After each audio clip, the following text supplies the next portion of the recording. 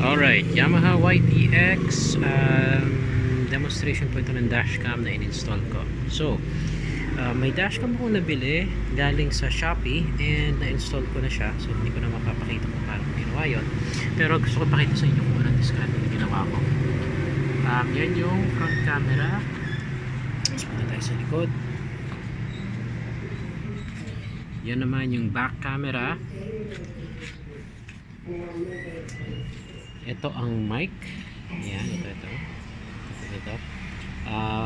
Yung button na is pang lock ng video at ito ang pang activate ng dashcam or pag on off ng dashcam. Meron din po yung mic na maliit na yung mic yan. Now, yung monitor naman ay itinago ko dito sa ilalim ng seat. Makikita nyo. Ayan. Buksan natin ha. Itong case nga pala to is case logic. Dati siyang lagayan ng digicam ko. Tama-tama yung size niya kasi fit na fit siya dito sa dashcam monitor. Ayan. So ayan siya.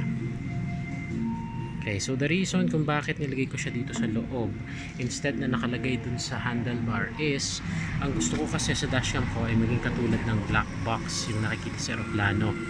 So ito pong dashcam na to ay hindi para sa vlogging or hindi siya para sa to document your travels, pero ito po ay bilang protection. So just in case maaksidente, wag naman sana, meron tayong witness. Okay, so paano siya magkabit? Meron lang siyang dalawang wires. Ang dalawang wires na yon ay isang black at isang red, positive and negative. Simple. May maliit siyang adapter na ganito kaliit and tinago ko siya dito sa loob ng headlight. Okay, may spasyo pa yan dito sa loob. So dyan ako nag-tap ng positive at saka negative. Yung positive ilalagay mo sa positive terminal ng ignition. So pag ino-on mo to, pag ino-on mo yung ignition ng motor mo, automatic nagre-record si dashcam. At saka yung negative naman nasa either body ground or hanapin nyo na lang yung itim na negative terminal dito sa loob. Meron yan, napakadali yan. Hindi ko na i-demonstrate sa inyo. Now, to give you an idea kung paano siya nag-work, go-on natin to. Just like I said, pag in-on mo siya, on ulit yung dashcam niya. So, on. Okay. Nalilipat tayo dito sa dashcam natin. Yan. Yan na po yung dashcam natin. Front and back view. Meron siya dito sa upper right portion. Yan yung back view. At ito po yung front view. Pwede mo rin siyang baguhin. You just click on this. Up. Ay, nagre-record na pala siya. So, patayin muna natin. Ito. Ayan, front view yan. Okay, pwede mo siyang i-change. Yan naman ang back. Yan naman ang... Ay, hindi. Let's see. Okay, front view. Hindi ko na alam kung saan. Demonstrate lang natin ha. Okay, front view lang yan. And then, pag dinown ko to, yun, ang back view sa likod niya. And then, ayan, front view ulit. So, kayo na bahala mag-set kung paano gusto ninyo. Pwede siyang mag-play. Pipress mo lang to okay. Ayan, naka-play na siya. Yan, umandar yung kanina. And then ito, so footage yung kanina rin.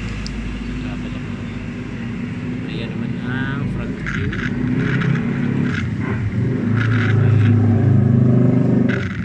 So tigilan muna natin.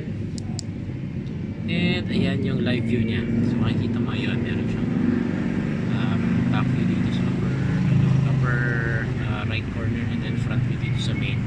Ngayon, yung file niya, nasa-save siya ng dalawa. Ang isang file ay puro front view lang at saka yung kabilang file or kabilang folder pala, puro back view lang.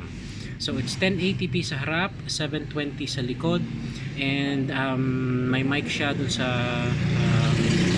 handlebar ko just in case. And then dito sa gilid, yan, nandyan ang SD card. So tutuklapin nyo lang to. And ayun, kita nyo yung SD card na yun. Right? So a little note on this dashcam, hindi waterproof itong monitor. So very careful kayo dapat. That's also one of the reasons kung bakit hindi ko nilagay sa handlebar ko, kasi kakailanganin ko pa siyang coveran ng sagwa naman. So black box na lang siya. Ang brand niya ay actually wala siyang brand, no, pero binili ko to sa shop ng BlueSkySea sa Lazada. For your information, ang BlueSkySea is isa sa mga pinaka famous na manufacturers ng dashcam. So trusted yung shop na yon. Hindi siya pang vlogging, it's more of a protection for you pag na-aksidente kayo, wag naman sana. But I hope may mga gumawa rin sa inyo nito, kasi kung gagastos rin lang tayo sa motor natin, bakit hindi pa tayo gumastos sa protection? Okay? So that's it mga chief, salamat sa inyo and I'll see you next time. Bye!